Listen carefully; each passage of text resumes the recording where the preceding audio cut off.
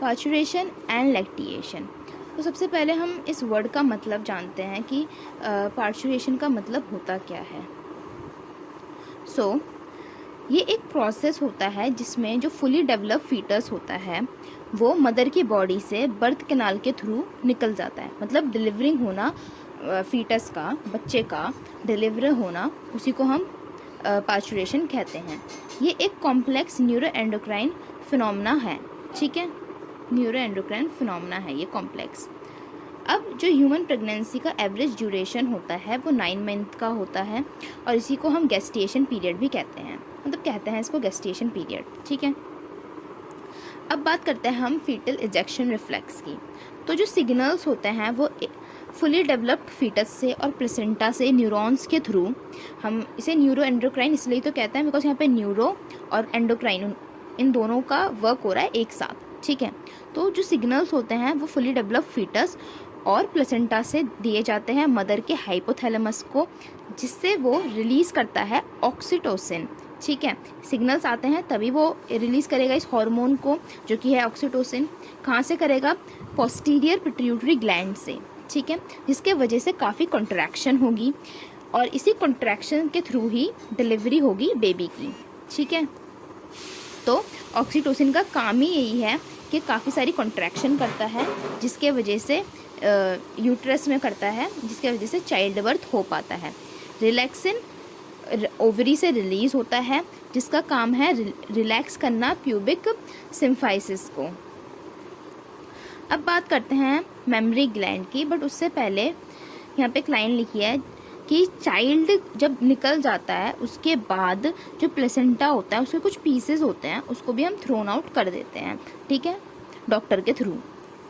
अब mammary gland का जो ये वाला पार्ट है, ये वाला, उसको मैं थोड़ा सा मैग्नीफाइड करके खुद से डायग्राम बना के आपको अच्छे से एक्सप्लेन करती हूँ। ठीक है,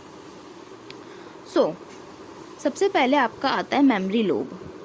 ठीक है, एक मेमरी लोब होता है। तो जो ग्लैंडुलर टिश्यू होता है ईच ब्रेस्ट का वो डिवाइड होता है और 15 से 20 मेमरी लोब्स होते हैं। अब इन मेमरी लोब के अंदर होता है लोब्यूल्स। क्या होते हैं? लोब्यूल्स होते हैं। यहाँ पे काफ़ी सारे लोब्यूल्स होते हैं। ठीक है, अब इन लोब्यूल के अंदर होते हैं एल्वुलाई। इनके अंदर होते हैं एल्वुलाई। इनके फंक्शन अभी हम जानेंगे, बट अभी जनरली मैं आपको डायग्राम को एक्सप्लेन कर रही हूँ। तो ये है हमारा एक मेमरी लोब, उसके अंदर है काफ़ी सारे लोब्यूल, इन लोब्यूल के अंदर हैं एल्वुलाई। ठीक है, फिर उसके बाद क्या होता है, ये सारे कनेक्ट होते हैं।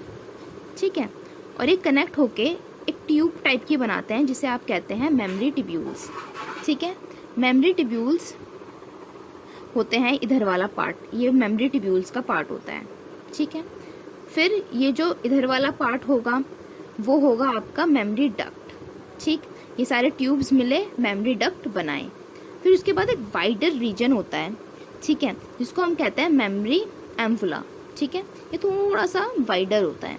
फिर ये जो मेमरी एम्फुला है उसके कनेक्ट होने से आपका बनता है लैक्टिफेरस डक्ट, और लैक्टिफेरस डक्ट के बाद यहाँ पे निप्पल आ जाता है और दैट्स इट, यही हमारा एंड होता है। ठीक है, तो ये वो डायग्राम का एक्सप्लेनेशन था पूरा। अब इसको हम समझते हैं, इनके फंक्शंस को समझते हैं, इन सारी चीज़ों को। तो ये हमारी मेमरी ग्लैंड का एक डायग्राम है। ठीक, मेमरी लोब 15 से 20 होते हैं हर पर ब्रेस्ट में। मेमरी एल्वुलाई का काम होता है मिल्क को सेक्रीट करना और स्टोर करना, और ये जो होती हैं वो ओपन होती हैं ट्यूब्यूल्स में, जो मैंने ऑलरेडी आपको बताया।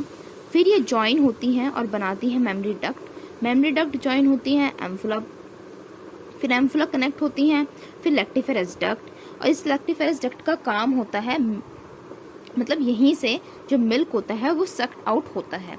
और ये जो लास्ट वाला पार्ट है वो है निप्पल। ये जो एरोला है ये पिगमेंटेड एरिया है। ठीक है, ये थोरैक्स रीजन में है, इसलिए ही यहाँ पे रिब्स ये सब हैं। ठीक, अब जो लास्ट टॉपिक है वो है हमारा लैक्टेशन।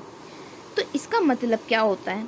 तो जो मिल्क का सिक्रीशन होता है प्रेगनेंसी के एंड में, during end of the pregnancy and हो गई, उसके बाद जो मिल्क का सिक्रीशन होता है उसी को आप लैक्टेशन कहते हैं। ठीक है, प्रोलैक्टिन एक हार्मोन है जिसका काम होता है मिल्क को सिंथेसाइज करना। मैंने ऑक्सीटोसिन का एक काम तो ये बताया कि ये यूट्रस में कॉन्ट्रैक्शन करवाती है, दूसरा काम ये है कि ये हेल्प करती है इजेक्शन करने का मिल्क का by squeezing alveoli of mammary gland. जो एल्वुलाई होती हैं उसको स्क्वीज करती हैं जिसके वजह से मिल्क निकल सके। अब जो इनिशियल मिल्क होता है, इनिशियल इन दी सेंस 1 से 4th, मतलब 1st से 4th डे वाला जो मिल्क होता है उसी को हम कोलेस्ट्रम कहते हैं।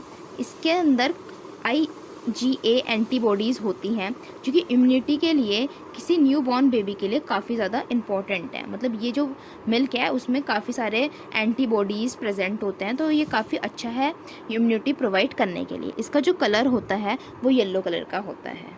Thank you.